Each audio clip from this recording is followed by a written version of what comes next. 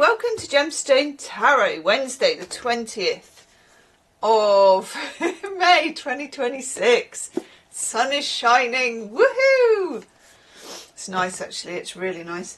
There's virtually nothing on here, so you can see like yesterday we had tons of astrology whatnots. Today's just that's it. You know, we've just got one thing, which I can't even read, happening at 14:27. Excellent. Don't mind if I do. Does that mean it's going to be a very still and calm day? We are, after all, at the peak of the week. Let's have another consolation. Consolation. The School of Leisure. I'll never forget my first day of school. On the way there, my beloved Nanny Maria held my hand and warned me, "You're going to come here every day." Biggie cat hair on lip gloss. It's not a good look, is it, people? Even if it's raining or snowing, even if it's cold and windy. I pictured myself facing down storms and gales, and I was frightened. Her voice had a harsh tone, like my parents, when one of them said, "I have work to do," and it meant that we couldn't play together. School was like work, and they gave you homework too. Years later, I was startled to learn that the word school comes from Greek schola, meaning leisure. The Greeks believed that hours of study were a time of recreation for oneself, unlike work, which placed you in the service of money or a master. Aristotle wrote that the first principle of all action is leisure. He is our new best friend, everybody.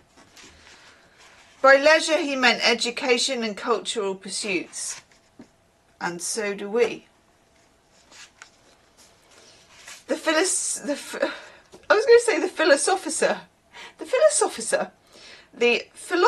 Socrates was a great recreational thinker who roamed the streets and the agora, trying to convince Athenians to interrupt their tasks and while away the hours in conversation. Can I just say that on a point of information, Knight of Pentacles, that they have spelt while wrong.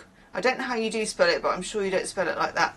He embodied an ancient ideal, the dedication of free time to friendship, dialogue between teachers, disciples, and an intellectual exchange.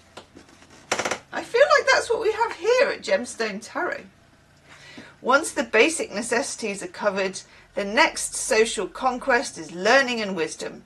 The great lesson we draw from the Greeks is that school, though it may be compulsory, sets us free. That's school in the sense of leisure rather than actually going to school. Amen to that. Okay. We're using this lovely tarot today, The Dreaming Way. Had a little rummage in the cupboard, as the actress said to the bishop, and I found it. It's the most gorgeous little tarot. What do we need to know for Wednesday? Blue skies. Blue skies and dirty windows. Do you ever get that when you haven't looked at the windows because it's been winter and you don't really look at the windows, and then the sun comes out and you're like, every cobweb. Yeah. I've even got, and I don't know how, oh wow, I've got an aeroplane up there that's doing that thing where you just see two jets. It just looks so like someone's going to a gorgeous holiday. Right, oh my gosh, oh God. Whatever did I choose this one for? Okay.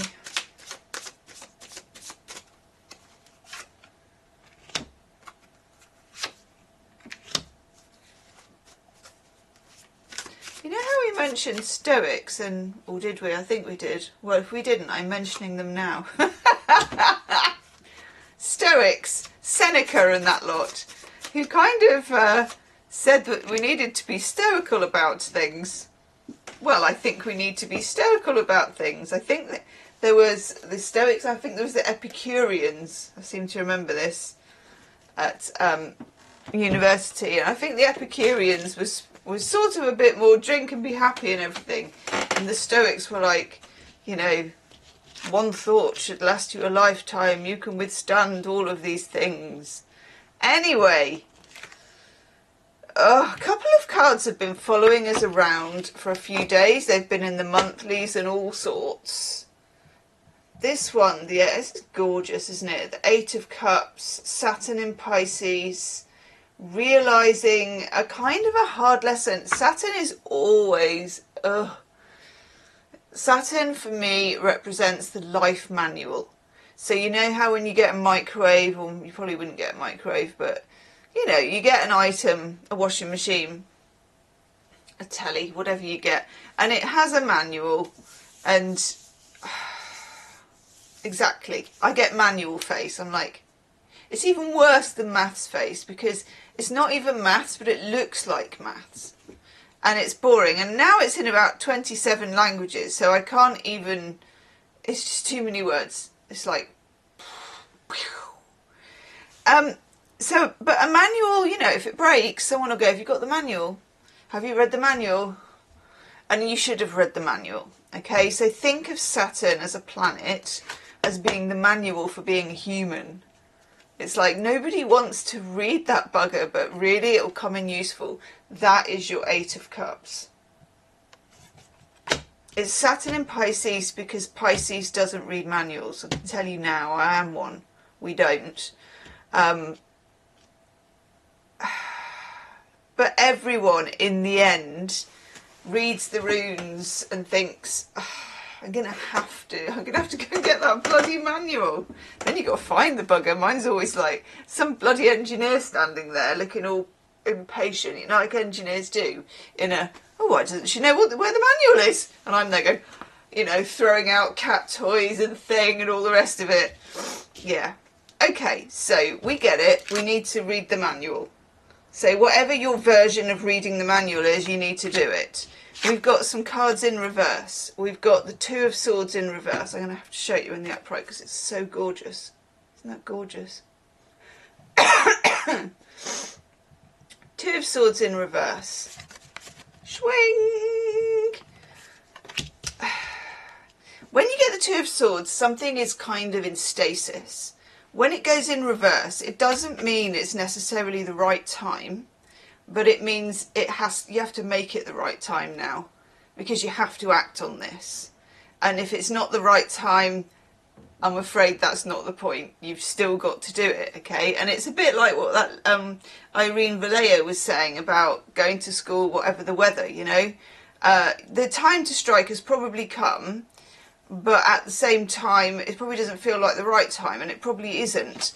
And then we get the Tower in reverse. Eesh. Yeah. The other thing is, as well, there's a sort of mixed thing here, where you kind of need to act because you've got the Eight of Cups, you've read the manual, manual says get up and go, okay? But you've got your Two of Swords in reverse and you kind of know it's not the right time, and you're sort of sensing that as well. And then in the upright, we've got the Tower in the reverse, which says things have not quite popped enough yet for you to do this. There's still more to come. And then the Knight of Pentacles comes in for the VAR check. And here he is. You need to take your time on this one. And you're like, okay. We've got the Nine of Cups in reverse, Jupiter in Pisces, because you sort of know you can't have it the way you want it. And then we also have, it's absolutely beautiful, this is in reverse, I've got to say, the Knight of Cups, but how gorgeous is that in the reverse? The offer isn't good enough. And yet you feel like you don't want to leave it. And the last card you get, and will this card ever leave us alone? I don't think so, is the Five of Pentacles. Never far from us at the moment. You know, this does not have an answer yet, okay? It's a topsy-turvy situation. Read the manual, you know you have to leave or let it go. You know that you don't do this in a hurry, but you also know you need to act. All of those things together, and that you're reluctant, all of those 5 things together are in the mix. Okay? Leave me a comment about this. I'll be very interested to know your take, and I'll see you tomorrow. Namaste.